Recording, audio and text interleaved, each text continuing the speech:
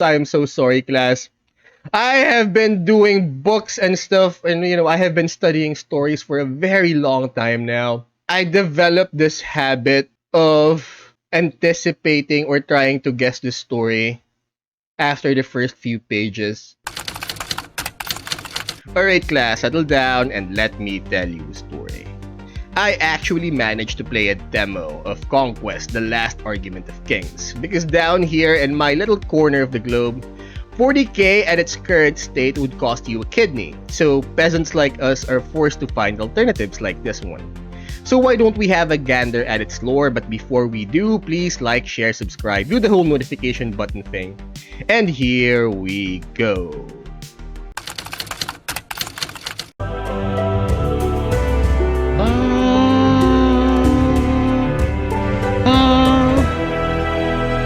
Let's go. Welcome, Wargamers, to the fascinating and savage world of Aya, as I dive into the lore of a game that has absolutely enraptured me lately, and that game, of course, is Conquest, the Last Argument of Kings by Parabellum. Now, I'll be honest, whenever I get into a new game system or a setting to kind of drink in its lore, it is like drinking from a fire hydrant, and that's not helped by the fact that this game has some incredibly deep wells of narrative, right? There's powerful characters, dastardly villains, you have primordial evils, and heroes up. I love his analogy. It's like drinking from a fire hydrant because of the amount of lore that you have to take in. To be honest, that's why right now in our current state with regards to Warhammer 40k content, we're currently doing Horus Heresy as its base, because with the amount of lore and content that's been out since the game's been around since the 80s. He's right. It's like drinking from a fire hydrant. So might as well keep it simple, or at least as simple as they could make it. Plenty. And so in this video, I wanted to give an extremely broad introduction to the setting, and if you're a fan of broad strokes Conquest and the lore behind it, you will note that I am leaving a few things out. Hold on, we're going to get there. This is the start of a new series of videos kind of tackling this incredibly deep universe. And so these videos are meant to be initial introductions, and then we can fill in the details later. So what is the setting and feel of Conquest, the Last Argument of Kings? Well, the story takes place on the world of Aya, as mentioned before. That's like EA. A rich and full world created by ancient forces that we'll discuss here in a minute, and while this is a planet, the story thus far has really been limited to one continent on it, though others are alluded to. It's important to note up front that there are other planets and star-faring races within the universe. And while space travel may not seem very fantasy, it's kind of leans into more of the sci-fi stuff, there's a lot of amazing ways it is brought into the fantastic realm. This is some dark fantasy stuff. Now that's interesting. Space travel and medieval magic. That is incredible. So what I'm going to do right now is give, like I said, a super abbreviated overview of the history, right? Getting us to the present times of Conquest. And it might seem a bit odd at points, but buckle up because it is very cool the way it all plays out in terms of storytelling. So in the beginning, there were two primordial forces, creation and destruction. And they had this cycle. Creation would bloom things into existence and destruction would devour them, right? There were polar opposites, kind of like a yin and a yang in a way, always clashing with one another. So just like in every religious lore, creation, destruction, you've got Ragnarok, you've got the Indian Shiva. So I guess the point of the factions here is that you've got one side, or you've got sides that's trying to continue the cycle of rebirth and destruction, and then you've got the other side, which is trying to stand up against the rising of the tide, or trying to basically break the cycle of destruction so their civilization can continue. Is that it? Is that it? Is that the broad stroke? But you know what? Let's not get too ahead of ourselves. I am so sorry, class. I have been doing books and stuff, and I have been studying stories for a very long time now. I developed this habit of anticipating or trying to guess the story after the first few pages. But you know what? Why don't we just get on with it? Until at one point their feud went nuclear. Creation was shattered into thousands and thousands of pieces, which we know as the sun and stars. These are shards of creation, the being, and destruction was wounded terribly, and so it kind of curled up for a bit of a nap. In this space of time where creation and destruction were both silent or both kind of taken out of action, a third primordial being came into existence, known as balance. Now I'm going to pause there and explain something. In other fantasy properties like Age Sigmar and 40k, certainly things that we cover here on the channel, primordial beings have names: Slanesh, Khorne, Tzeentch, etc. In Conquest, these beings are so large and incomprehensible that no name really fits, or they simply don't answer to a specific name. So we only know them more like by concepts. Concepts like creation, destruction, balance, and so on. And I want to clarify that because it's going to sound like I'm being really wordy and that kind of thing. It would be like if instead of calling him Khorne, we just said rage, right? It's the same idea. That word exemplifies what Khorne is. He just doesn't have like a colloquial name. Okay, so we'll go back to our story here. I'm going to yada a bit because these three original entities each clashed and struggled and fought against one another, and in so doing, they birthed even more primordial spirits. Famine, created by the unsatiated hunger of destruction. Destruction's used to eating all the bits of creation. Now it's like hurt, and in a nap, it's not, so its hunger literally took its own form. We call it famine. Conquest was created by the shards of creation trying to reunify and subdue famine. War was created by the battle of creation and destruction. And finally, death, a curse that was placed upon creation to limit the spread of life. And now it might sound a bit crazy. This fundamentally sets up the powers at play on Aea. You have three truly primordial forces: creation, destruction, and balance, and what's known as the four horsemen: famine, conquest, war, death. Each of these not only represents a part of the very real pantheon of gods that, followers devote themselves to, but they're all these paths to power that folks can tap into. Again, it's not dissimilar to AOS and the Chaos Gods in that regard. But some are good, others not so much. The basic idea is that as new concepts are kind of introduced into reality, they take on a spiritual form. So like before, creation and destruction and balance all started fighting, there was no war. Why? So there is the concept of good and evil because as far as I know in 40k, I'm trying to compare right now with what I know, but please remember that I'm a complete 40k noob. Everything goes back to the warp, everything goes back to chaos, but here we have the concept of good and evil. So it's nice, not that grim dark, but because they started the first war, and so that's when war was born. So there's this whole drama that really brought about all of them. I'm abbreviating it quite a bit because I wanted to kind of get a little bit more forward in the story. All of this turbulence goes into founding this planet. And it's important to note that this drama between these ancient forces is also going on across the void in other places as well, birthing strange worlds and beings capable of crossing the stars. One of the earliest of these more mortal beings were the dragons, who came to Ea out of fascination with the burgeoning life there. Not long after them came the Spire, a race that is certainly going to demand a full video all its own, and I'll be honest, I wonder how they're going to rationalize that medieval society, a spacefaring medieval society. This moment, because in Dune, Frank Herbert's Dune, they tried to do a cop-out since AI was no longer allowed. So they sort of relegated it to the Spacing Guild, or they relegated it to this one particular faction, and everyone else around, or every other faction, says that, you know what, they're so mysterious, we don't even know what they look like anymore. So because we don't even know how they do it. Anyways, in time, if we're following the linear storyline, it's where things get really hard to cover, and it's for a great reason.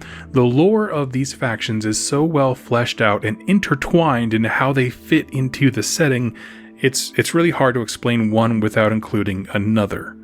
Everything is connected, just like it is in the real world. And so for the next few bits, I'm going to give a super brief summary of each faction, how they developed, But understand that these things are all happening concurrently. Oh, And I'll be going into way more detail as I cover each faction and the historical events that happen in this setting in their own videos. So let's start with the Spire. They're my favorite right now. the Spire. They came to the planet as colonists, looking to expand their ancient empire with the rich natural resources of the planet. They formed these incredibly elaborate towers, or spires, as their homes and dotted everything. Like, they're just kind of all over the place at random, seemingly. This kind of colony that was forming, it was full of scientists and engineers, because that's what you need to go and start building a new civilization. The colony quickly turned into a bit of a lifeboat, because the Spire's homeworld was ultimately destroyed by a force that they refused to ever speak about, which I'm guessing, in my opinion, will probably be a future faction when it's introduced. And in a sense, the faction of the Spire fill the fantasy role of elves, ancient beings. What was the name of that faction or Sovereign's faction in Mass Effect? The Reapers. The Reavers? Is it the Reapers? So yeah, that's actually a good idea, holding back there's this mysterious faction that causes the destruction of civilizations. Of sophisticated society far above the mundane concerns of mortals, but that's pretty much where the similarity ends, as they are masters of what's called biomancy, and craft their bodies and their armies from the biomass of Aea. So that's the Spire in a paragraph. Let's chat Dweghome, another faction. See, the Spires arrived on the planet where the dragons and another ancient race lived. And as the dragons began to procreate, they realized their children had like half the power of their parents. Meaning, as they bred and more generations passed, these mythical creatures that defied imagination and could travel the void sort of devolved in a way to a more classic dragon, like drakes and, kind of how we see dragons typically depicted in art and stuff like that. These younglings, desiring more power and status that they can never get to rival their parents, struck a deal of sorts with the Spire and learned the art of biomancy. Again, it's a magic that allows you to manipulate organic life. And with this ability, they birthed a servant race, made especially to act as slaves and cater to the whim of these younger dragons. This was the birth of the dwarves. Over several centuries, these curious creations served their masters, but Yeah, we could already see where this is going. Creating intelligent life as slaves, it never ends well, and I just mentioned Mass Effect. slowly began to gain a small sentience of their own. In due time, a revolution took place. The dwarves, who cast off the shackles There of the we dragons go. as their lords. I mean, this is some dark stuff, because it was not like they were happy servants. This was like a subjugation type thing. The slaves who revolted renamed themselves the Dweghome, a new name to define their freedom. The dragons were either executed, or in some cases, the tables turned and they were the ones who were enslaved. As of the time of recording, from what I can read, there are 2 known dragons that have taken physical form that are out there, and 2 that remain creatures of the heavens. So that means there's 2 dragons locked up in the dwarven keeps. And the introduction to the Spire, the subjugation of dragons, that's all stuff that happened sort of in a mythical time period before mankind really came onto the scene. So we're going to move forward a little bit towards present time. We're almost there. Mankind is finally evolving into the people and the society that we know, and essentially divide in 2. There's the Nords, a tribal culture based on might and war that live in the far frigid north. Yay, we're no And longer the other monkeys. form what's called the Dominion, an immense empire in the southeast of the continent. Now, I don't want to touch on the Dominion too much, as it's one of those things, like I said, it requires its own video, but understand that there was this massive empire that reached all kinds of cool technological and societal heights, and when it collapsed, it really is the match that set this setting on fire. The refugees from that collapse of the Dominion moved west and founded a unified humanity, which quickly falls apart from internal power grabs and squabbling. Why? Because humans, that's why. Makes Yep. sense, checks out. And this collective of warlords, kings, and tyrants form the 100 Kingdoms, the human Oh. faction of the game. Now, there's more than 100 separate provinces, but there's like 100 main recognized ones. Now, lastly, are the Wadroon, the newest faction to be released by Parabellum. Honestly, Orcs on Dinosaurs is my sales line to you. Go check them out. It's the best thing ever. And this, like I said, is their universe's version of orcs, which were bioengineered soldiers made by the Spire that quickly took on a life of their own in the desolate wastes of Aea. Their primitive culture has bred incredibly strong warriors that are intrinsically in tune with many of the primordial forces that we talked about. So, like, when I say that, what I mean is, for real, they can do a war chant and tap into the powers of famine or death or conquest and so on. And that's actually rules in their game. It's incredibly cool. Oh, that's and something? That, my friends, is a painfully brief intro to the setting and the factions that are currently available to be played. I can't say enough how much I oversimplified the lore for each faction in the setting, because I actually like how he oversimplified the lore.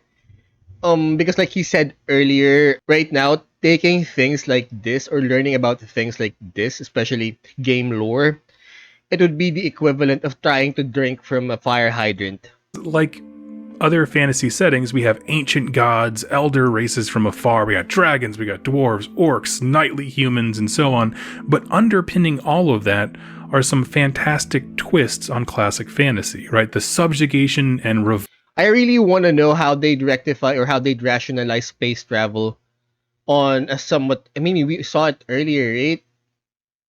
This is almost Greek. This is Greek armor. Something we'd see Athenian or Spartan, how they'd rectify space travel with this kind of tech, or medieval or classical tech.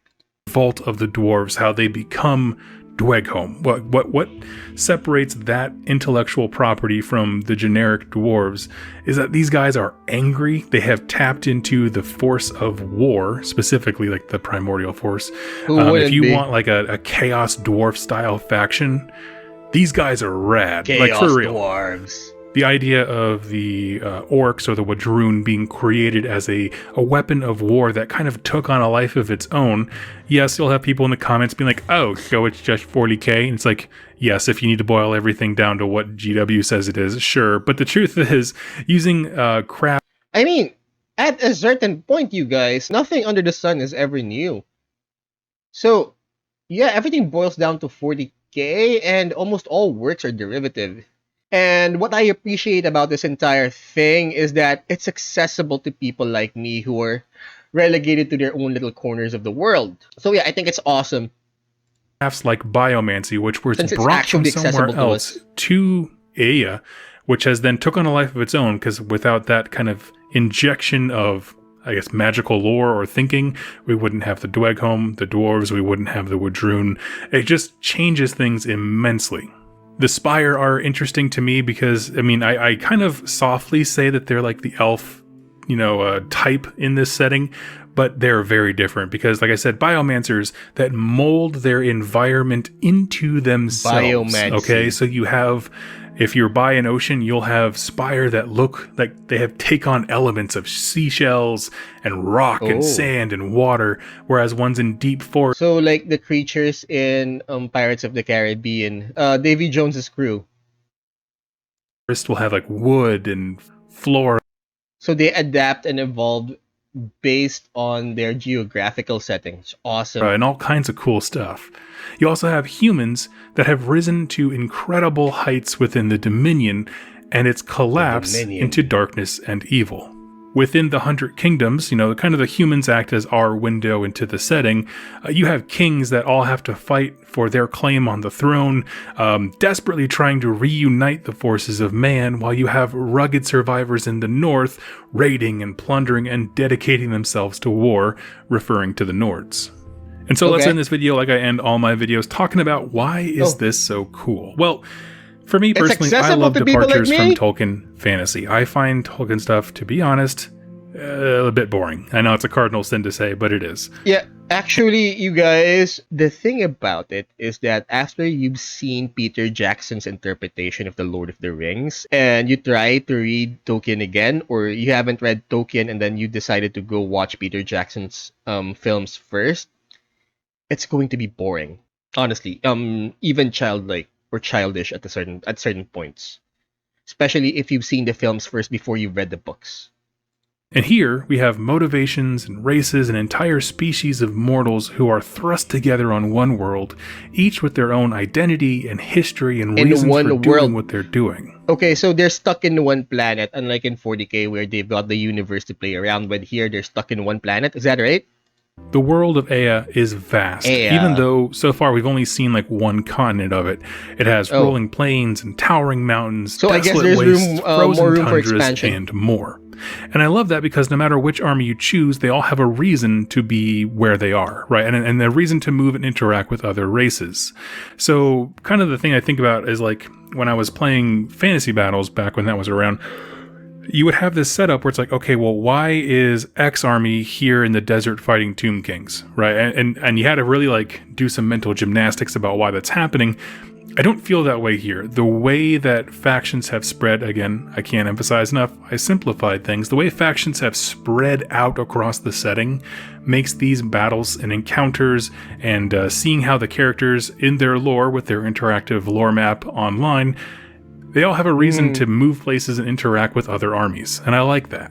The Spire are spread far and wide all over the planet, as are the holds of the Dweghome. The races of man are always expanding. The Nords just raid, so they just go anywhere. Wherever. Right? They're just looking for a fight. And the Wadroon, which have just now entered the scene, as they are just being released right now, are looking to carve out a home for themselves. Now, in the description, I've put a link to the Parabellum Living World map where you can learn more about each You should check faction that out. and many of its heroes and champions, but rest assured, I'll be diving hard into the lore of this game more and more in time. Yay. If you want to follow along with me getting into it, I am going to be doing a Path of Conquest, not challenge, but like a slow grow league online, which you can find most notably probably on Instagram. It's where I'm posting a lot of the pictures of my stuff. I am doing the Spire, and I think it's going to be an immense amount They've of got fun. the These models art down are to so pat. cool to paint. Quite frankly, a lot taller. Like the base human is about as tall as a Stormcast, which makes the dwarf models, the Dweghome, look really huge and really cool. So I would definitely encourage you to go check them out.